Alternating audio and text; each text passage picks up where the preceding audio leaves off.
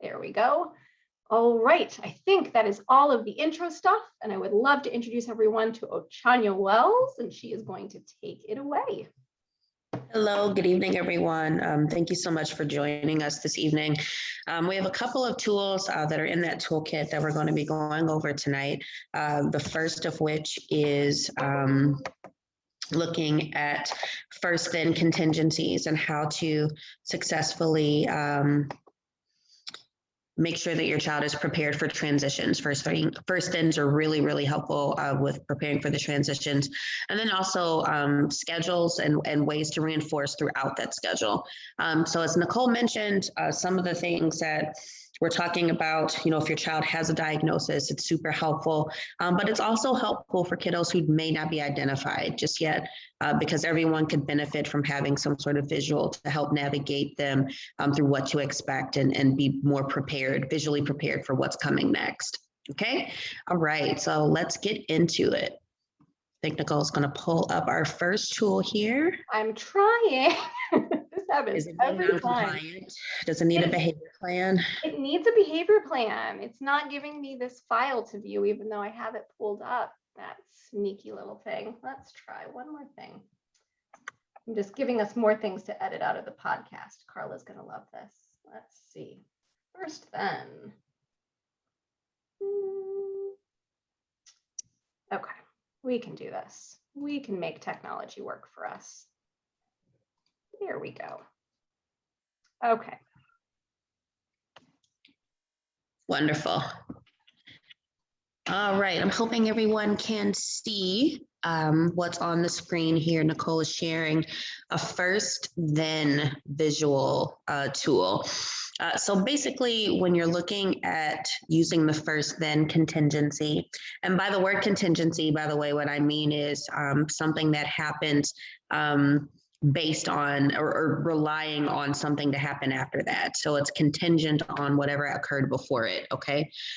So these are really, really helpful with children who struggle from transitioning away from preferred activities, or maybe they struggle with moving from one area of the house to the other, or maybe they don't want to come inside from playing outside. And so the first then basically helps establish that preparedness. And you can say, all right, first we're going to brush our teeth, and then we can have 5 minutes on the iPad, or then we can read a story out of your favorite book.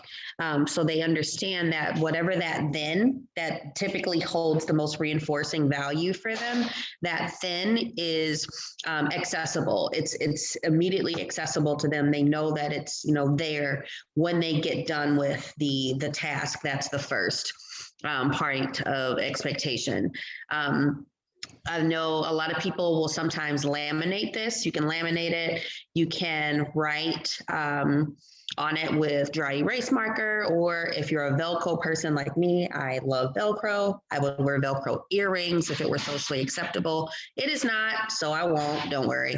But you can put Velcro in these little boxes and kind of laminate and have icons if your child's not a reader. So there are tons of ways to utilize this.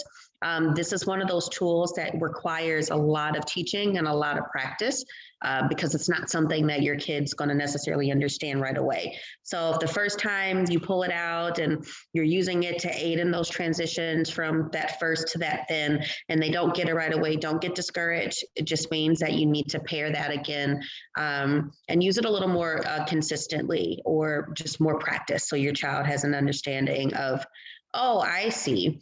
Now, here's the tricky part with the thin, okay? We can't use this for bribery.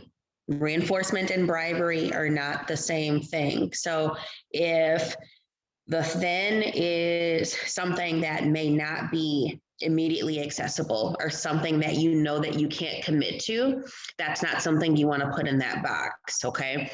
So it can't be first brush your teeth and then we're going to Disneyland in the morning. That's not realistic unless you have superpowers that we don't know about.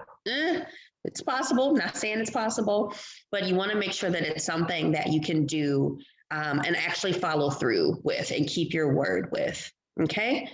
And then there's another little piece of the toolkit.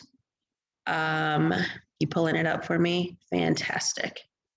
My schedule. So you've got a couple of different things you can do with this. Obviously, there's two identical schedules. Some people cut it straight down the middle and then they have two. Again, this is a really helpful tool for helping your child keep track of what's coming next. So it's a little more complex than the first then. The first then is for the children who really need that, okay, one expectation, one reinforcement, one expectation, one reinforcement.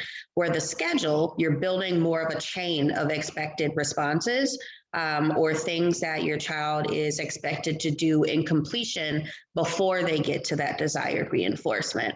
So if your child is again, struggling with transitions, but you can kind of push them a little bit, past that comfort zone.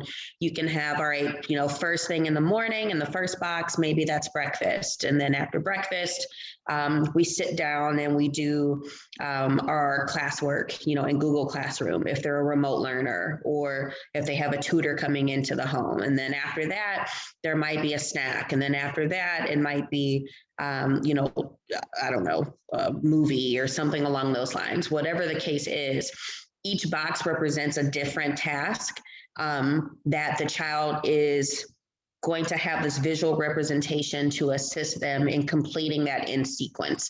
So this is a sequence of expectations where the first then is just one expectation and then one reinforcement.